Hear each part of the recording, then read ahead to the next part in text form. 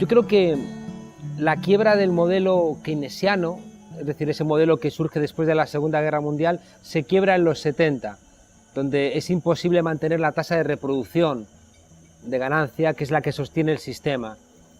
La derecha hace un buen diagnóstico y en el propio diagnóstico plantea también su terapia, que es el modelo neoliberal.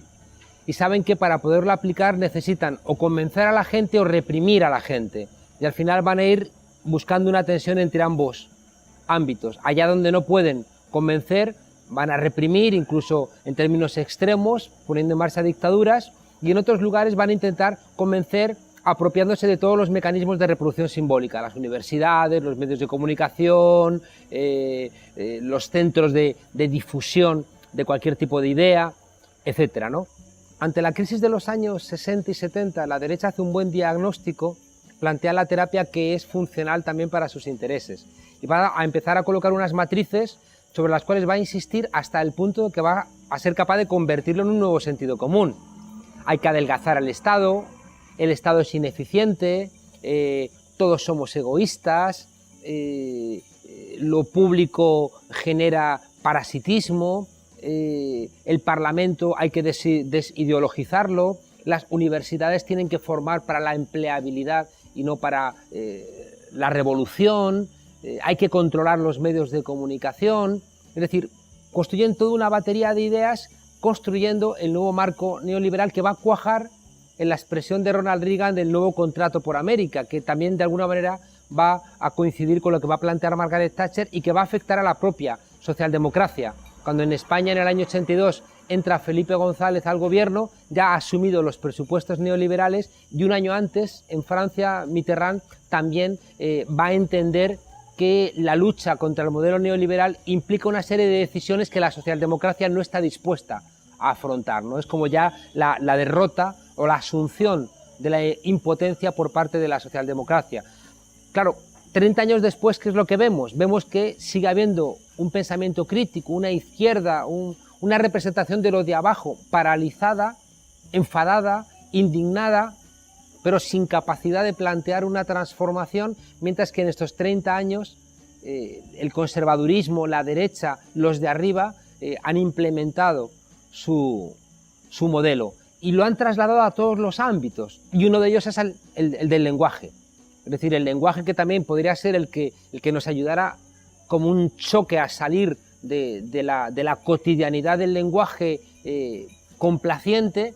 No nos permite hacer eso porque está en manos, ¿no?, de la propia derecha. Y creo que un ejemplo bueno es cuando los sindicatos han asumido hablar del mercado laboral, cuando lo que ha diferenciado durante todo el siglo XX a la izquierda y a la derecha es entender que el ser humano no es una mercancía, algo que va a asumir hasta Keynes. En cambio, en el momento en que los sindicatos hablan del mercado laboral, implícitamente están asumiendo que los seres humanos somos una mercancía.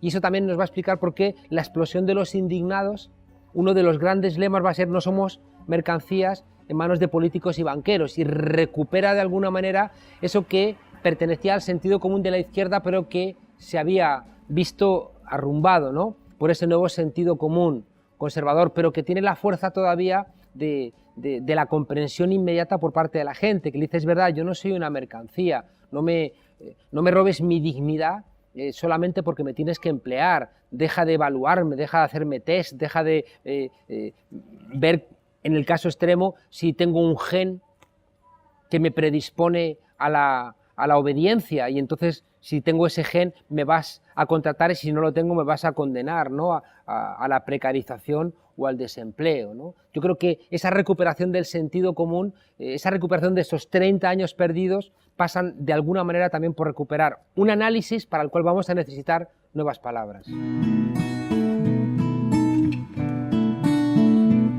Yo estoy convencido de que sin un buen análisis es imposible reaccionar.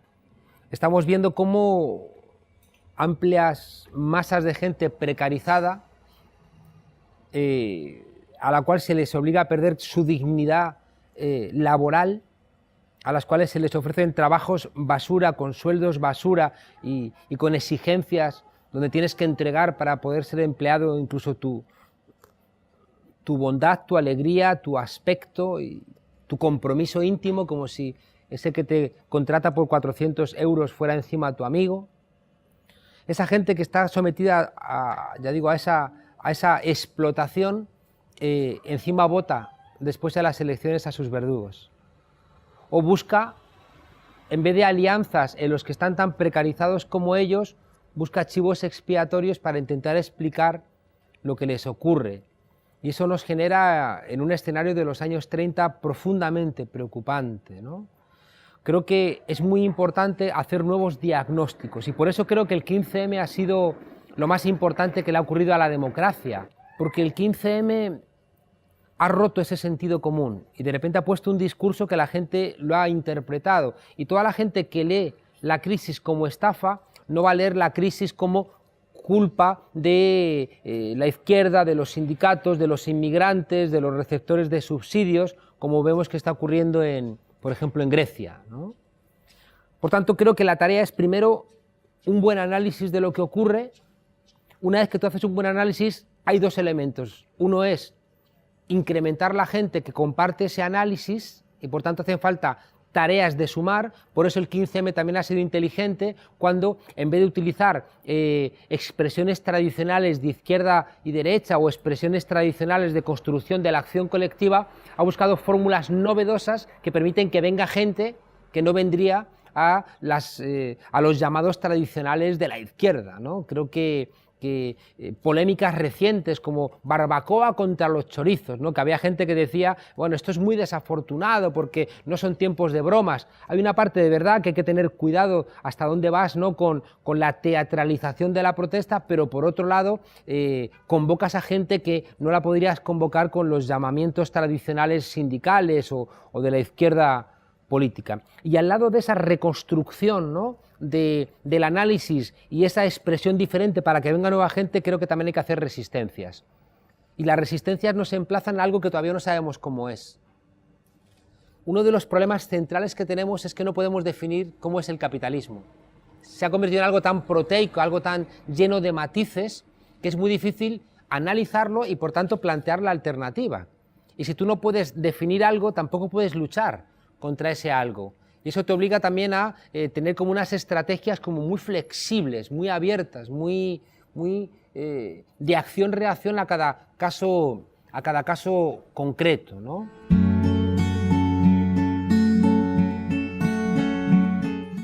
Las lecciones que extraemos del caso de Brasil son varias. Una es que si tú no haces un trabajo de base, luego es muy difícil que encuentres respuesta popular.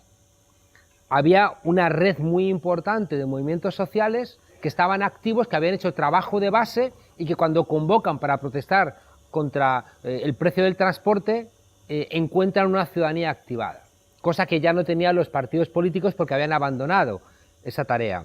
En Brasil también vemos que pierden el miedo a pensar a lo grande.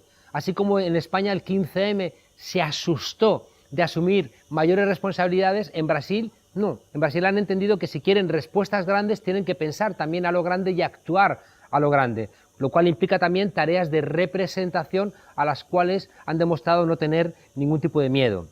Nos han enseñado también en Brasil que un activismo de mayor intensidad genera una mayor camaradería y al mismo tiempo genera también mayores posibilidades de acción colectiva.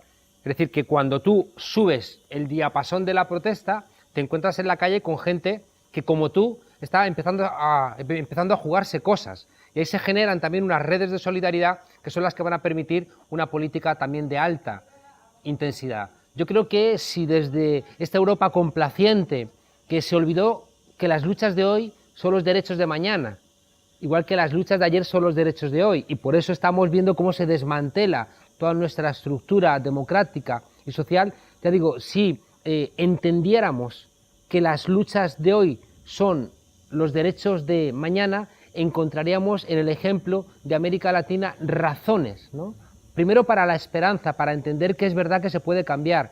En segundo lugar, que hay que poner algo de nuestra parte, que no puedes confiar en que de repente venga ningún salvador, ninguna vanguardia, ningún partido político iluminado a solventarte tus problemas, sino que los problemas te los solventas tú mismo. Solo el pueblo salva al pueblo, como se dice en América Latina. Y en tercer lugar, que esa acción colectiva genera realmente posibilidades que nos saquen de la melancolía.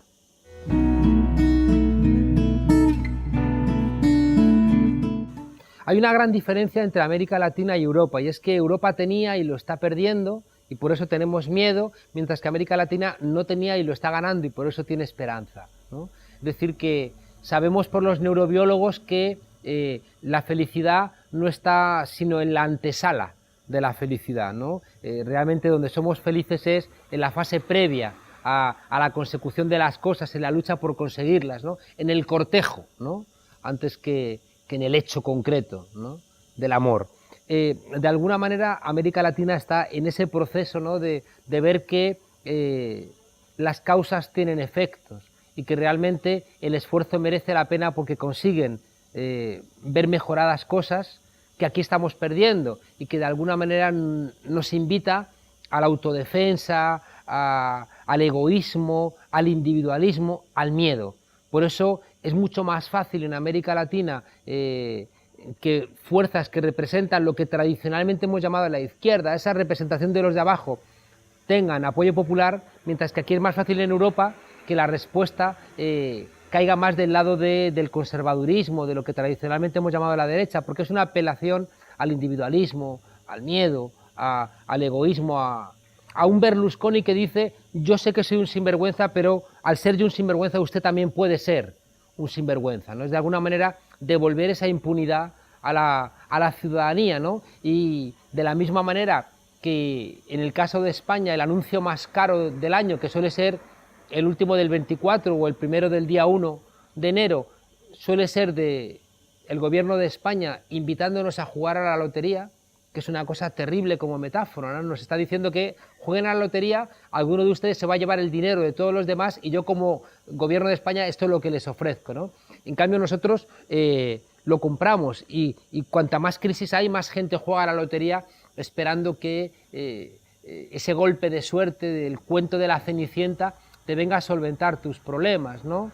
Es el auge de los libros de autoayuda, en vez de entender que la única autoayuda eficaz es la autoayuda colectiva, y la autoayuda colectiva se llama política.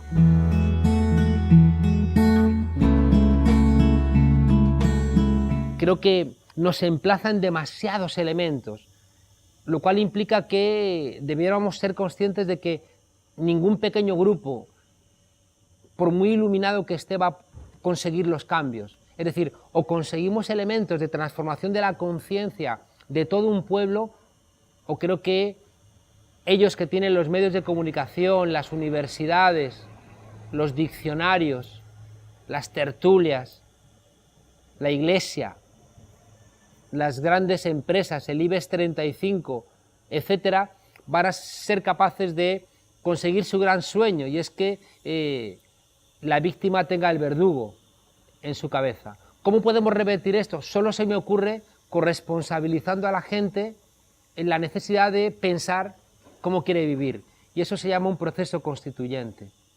Creo que ha habido una usurpación de lo que significa un proceso constituyente que está en paralelo a la usurpación de nuestras democracias. La Revolución Francesa, que de alguna manera supone el cambio del fin, ¿no? El cambio del antiguo régimen, el fin del antiguo régimen, tiene un momento muy concreto cuando apenas 5 años después tiene que dar respuesta al levantamiento en Haití de los negros que, cantando la Marsellesa, reclaman para sí también libertad, igualdad y fraternidad. Y esa burguesía europea le dice: no, esto no es para los negros, ¿no? De alguna manera recuperando una historia desde la democracia griega, donde la democracia es una exigencia siempre de los pobres trabajadores, ¿no?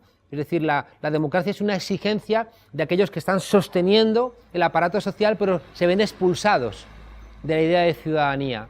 Creo que la Revolución Francesa, cuando pone en marcha la prohibición del mandato imperativo, que es uno de los elementos centrales de la Constitución francesa del 91 y que está en la Constitución española del 78, la prohibición del mandato imperativo, lo que está diciendo es que tú tienes que votar y olvidarte de la política. Tú tienes que votar a un representante y ya no vas a poder plantearle nada más hasta dentro de 4 años o cuando toque la renovación electoral. La Comuna de París lo que va a recuperar es la idea de que es el pueblo el que manda, de que el poder constituyente está en el pueblo, de que el pueblo es el que manda y que el representante es el mandado, de que el pueblo es el mandatario y el representante es el mandado, mientras que en el propio lenguaje lo expresamos al revés. El diputado es el mandatario, no, es al revés. De la misma manera, el poder constituyente que está en el pueblo, hoy en día lo hemos entregado al poder constituido. El Parlamento, las constituciones, que son poder constituido, son los que tienen ahora el poder constituyente. Es al revés. Hay que entregarlo realmente a sus legítimos propietarios. Pero también la gente tiene que ser consciente de que el pueblo tiene la capacidad de exigir cómo quiere vivir, tiene que dejar de delegarlo, ¿no? Y yo creo que una de las trampas profundas de nuestras democracias representativas es que de lo que ocurría de las puertas de casa para afuera lo delegamos.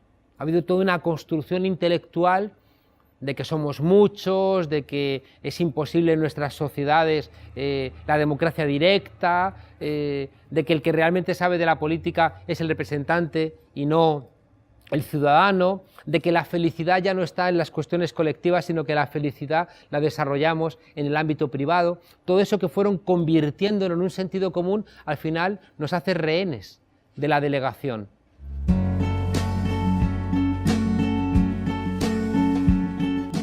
Yo creo que la tarea de los intelectuales y por tanto la tarea de la universidad, que se considere como tal y que por tanto le devuelva a la universidad que le devuelva a la sociedad lo que la sociedad le está dando, ¿no? Yo creo que esa universidad coherente tiene que ser comprometida, tiene que asumir la necesidad de seguir avanzando en pos del conocimiento y de la emancipación, como dos patas que tienen que ir comúnmente acompañadas. Creo que en ese sentido la universidad tiene la obligación de hacer buenos análisis, tiene la obligación de acertar con el diagnóstico y también con las terapias necesarias para avanzar, ya digo, en ese ámbito de mejoramiento de la sociedad. Pero creo que también la universidad tiene la obligación de contribuir a la esperanza. Creo que la obligación de la universidad también pasa por reconstruir las emociones. Hoy sabemos que a una emoción solamente la puedes contrarrestar con otra emoción. En un mundo donde el consumismo se ha convertido en el centro de nuestra vida, donde el proyecto vital de las personas no se entiende sin una vida de consumo y de mercantilización, donde la gente cree que vive en Disneylandia, donde la gente piensa que como todos son mercancías, lo único que les separa entre ese sueño mágico y su persona es tener los medios para conseguirlo, y por eso se va a endeudar, va a correr el riesgo de pisar la cabeza a otros, va a echarse en brazos, ¿no?, de cualquier grupo mafioso con el fin de cumplir ese sueño. Bueno, pues para contrarrestar ese sueño necesitamos volver a emocionar. No es posible que recuperemos un pensamiento alternativo solamente regañando. No vamos a ser capaces de ganar para la causa de la emancipación a más gente cuando somos un Pepito Grillo, regañón, huraño, cascarrabias, sino que tenemos que reconstruir la emoción, reconstruir un sentimiento que tiene mucho que ver con eso que también escuché una vez en América Latina, que decía: somos mayoría, somos alegría.